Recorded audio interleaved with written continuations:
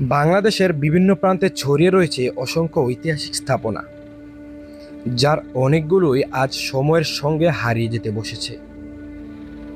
তেমনি একটি নিদর্শন নারায়ণগঞ্জ জেলার আড়াইহাজার উপজেলার সাতগ্রাম ইউনিয়নের সাতগ্রাম জমিদার বাড়ি, যা স্থানীয়ভাবে যোগেশবাবুর জমিদার বাড়ি নামে পরিচিত। ব্রিটিশ শাসনামলে জমিদারি ব্যবস্থা এই অঞ্চলের অর্থনীতি ও সমাজ ব্যবস্থার গুরুত্বপূর্ণ অংশ ছিল। সেই সময় নির্মিত এই বাড়ির বিশাল আকৃতি, মোটা ইটের দেয়াল, বড় খিলান, প্রশস্ত বারান্দা, উঁচু ছাদ এবং শান বাঁধানো পুকুর আজও অতীতের স্থাপত্য শৈলীর সাক্ষ্য বহন করে। একসময় জমিদার পরিবারের সদস্য, কর্মচারী ও প্রজাদের পদচারণায় মুখর ছিল এই প্রাঙ্গণ।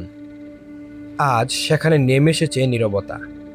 ভাঙা দেয়াল, খসে পড়া প্লাস্টার ও পরিত্যক্ত কক্ষগুলো যেন অতীতের গল্প শোনায়।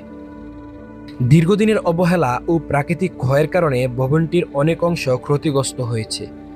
দ্রুত সংরক্ষণের উদ্যোগ না নিলে ইতিহাসের এই মূল্যবান স্থাপনাটি একদিন সম্পূর্ণ হারিয়ে যেতে পারে।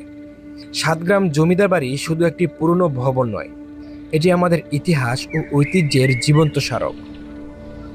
এই নীরব দেয়াল আজ অতীতের স্মৃতি বহন করে চলেছে। সাতগ্রাম যোগেশবাবুর জমিদার বাড়িটির সম্পূর্ণ ভিডিওটি দেখে আসতে পারেন আমার ইউটিউব চ্যানেলে।